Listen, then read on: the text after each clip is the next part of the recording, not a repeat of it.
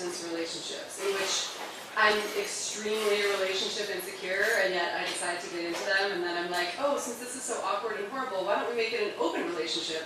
And then I can really sit by my computer and fantasize about what you're doing and what you're fucking and whatever else is going on. So I did this for like the entirety of my early 20s, and then I was like, I'm an idiot, and also I am becoming the kind of person that would literally steal a rabbit and boil it. And I need to not ever get in another long-distance relationship. So, and the one that I'm in, moved to California to go to grad school, and realized that I'm poor and I'm in California, which those two things don't go very well together. So I get a job on the weekends. And while I'm deciding where to go, I talk on the phone to my potential future boss, and I'm like, ooh, that's a nice voice. And I like nice voices. So I was kind of excited. And then I go in and I meet the guy, and I'm like, ooh, that's like a nice face, that I like nice faces. And then I talk to him, and I'm like, holy shit, this guy's like the nicest guy I've ever encountered, and he's fucking hilarious, and he is really smart. Not to mention, the business I'm working at is a winery, and it's his dad's, so he could basically keep me in booze until I die. Which is a good thing.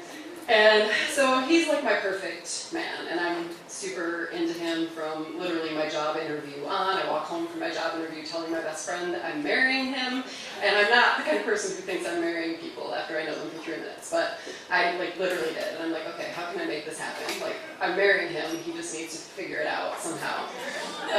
So the advantage of working with him on a regular basis was that he was a winemaker's son, and he's cute and funny and smart.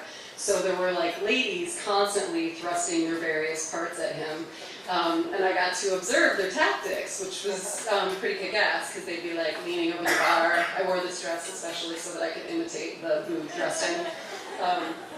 And I would see his reaction. He was not super into it. It was like not his thing to have parts thrust at him. So I'm like, okay, check that off the list, not the part thrusting, that's not gonna work. Move on to the next tactic, which is like, I'll be really like mellow, and I'll be like, oh, I'm smart, and I'll try to convince him of all these different wonderful traits that I have while we're working, and he's my boss. And so Operation Get Jake is ongoing over the course of about 4 months. I'm constantly inviting him to come do stuff with me. Like, there's a happy hour, I'm having friends over, whatever, and every time, for whatever reason, he can't make it, so I'm like, kind of losing hope, and I'm like, alright, screw it, last ditch effort. We both really like the Muppets, and we both really like Indian food. Muppets are coming out on DVD. I'm fucking ordering the Muppets DVD, even though I'm poor, and it's like 12 bucks. That's a lot for me right now. I'm getting that, and I'm inviting him over with some friends, and I'm making an Indian feast. So, plan and order, he agrees to come. The night before the thing, it's a Friday night, I like go home from work, I go to the grocery store, I make fucking bright rice, dal, naan from scratch, samosas from scratch, like it's a crazy feast. I clean my house, I do not sleep at all. I get to work the next day, he is literally the color green. And I'm like, you got to be kidding me, this cannot seriously be.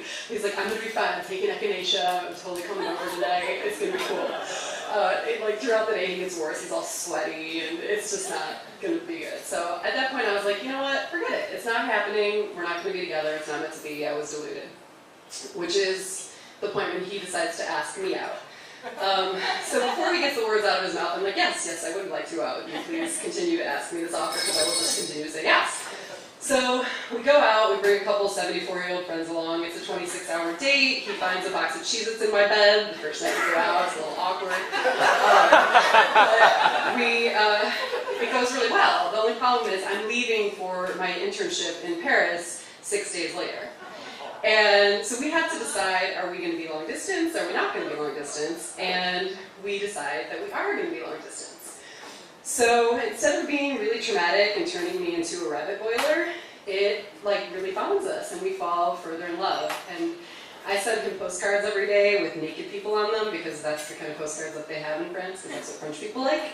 And he sends me photoshopped pictures of himself every day making his way across the country, like in the bayou, about to be eaten by an alligator, or climbing Mount Rushmore. And the last one is him like climbing the Eiffel Tower, and then he comes to Paris with me So the moral of the story is, do not fear the long distance relationship because bitches, I got the ring.